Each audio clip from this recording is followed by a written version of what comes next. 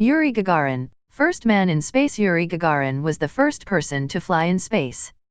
His flight, on April 12, 1961, lasted 108 minutes as he circled the Earth for a little more than one orbit in the Soviet Union's Vostok spacecraft. Following the flight, Gagarin became a cultural hero in the Soviet Union. Even today, more than 6 decades after the historic flight, Gagarin is widely celebrated in Russian space museums, with numerous artifacts, busts, and statues displayed in his honor. His remains are buried at the Kremlin in Moscow, and part of his spacecraft is on display at the RKK Energiya Museum. Gagarin's flight came at a time when the United States and the Soviet Union were competing for technological supremacy in space. The Soviet Union had already sent the first artificial satellite, called Sputnik, into space in October 1957. Before Gagarin's mission, the Soviets sent a test flight into space using a prototype of the Vostok spacecraft. During this flight, they sent a life-size dummy called Ivan Ivanovich and a dog named Zvezdoka into space. After the test flight, the Soviets considered the vessel fit to take a human into space.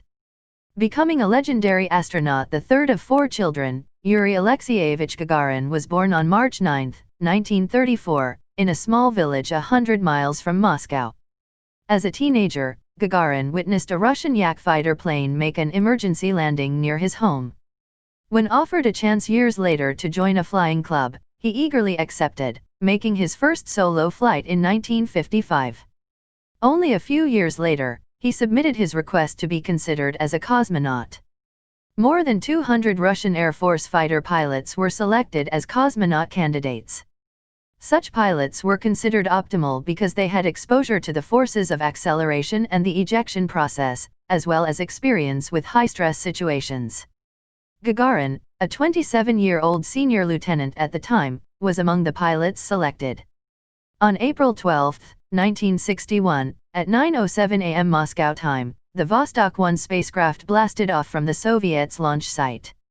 Because no one was certain how weightlessness would affect a pilot, the spherical capsule had little in the way of onboard controls. The work was done either automatically or from the ground. If an emergency arose, Gagarin was supposed to receive an override code that would allow him to take manual control, but Sergei Korolev, chief designer of the Soviet space program, disregarded protocol and gave the code to the pilot prior to the flight. Over the course of 108 minutes, Vostok 1 traveled around the Earth once, reaching a maximum height of 203 miles, 327 kilometers. The spacecraft carried 10 days' worth of provisions in case the engines failed and Gagarin was required to wait for the orbit to naturally decay. But the supplies were unnecessary. Gagarin re-entered Earth's atmosphere, managing to maintain consciousness as he experienced forces up to 8 times the pull of gravity during his descent. Vostok 1 had no engines to slow its re-entry and no way to land safely. About 4 miles, 7 kilometers, up, Gagarin ejected from the spacecraft and parachuted to Earth. In order for the mission to be counted as an official spaceflight, the Fédération Aéronautique Internationale, FAI, the governing body for aerospace records, had determined that the pilot must land with the spacecraft. Soviet leaders indicated that Gagarin had touched down with the Vostok 1, and they did not reveal that he had ejected until 1971. Regardless, Gagarin still set the record as the first person to leave Earth's orbit and travel into space.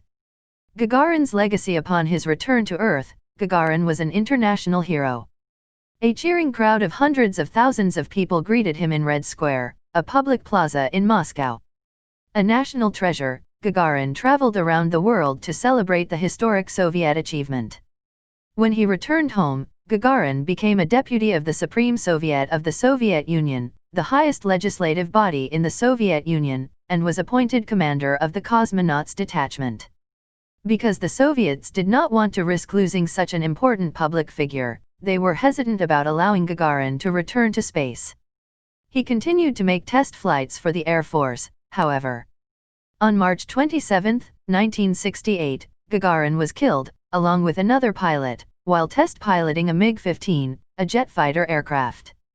He was survived by his wife, Valentina Ivanovna Goryacheva, and 2 daughters. NASA's Apollo 11, the first mission to put people on the Moon, landed in July 1969, and the crew left behind a commemorative medallion bearing Gagarin's name. They also left medallions for other astronauts who lost their lives in space or while preparing for spaceflight. Over time, the US and the Soviet Union began working together in their spaceflight endeavors. The first joint U.S. Soviet spaceflight was in 1975, called Apollo-Soyuz. Following that, NASA sent several Space Shuttle astronauts to Soviet/Russian space station Mir after the fall of the Soviet Union in 1991. The Shuttle-Mir collaboration paved the way for NASA and the Russian Space Agency, Roscosmos, to become major partners in the International Space Station program, which first launched modules in 1998 and continues research today. Gagarin's importance in the Russian space program continues. Crews using the Soyuz spacecraft participate in a number of pre-launch traditions prior to climbing onto the spacecraft, such as urinating on the launch bus tires to follow in the footsteps of Gagarin's historic flight. Beyond that, Gagarin is often held up as an example of character and heroism to younger children in Russia. The 60th anniversary of Gagarin's flight will be in 2021.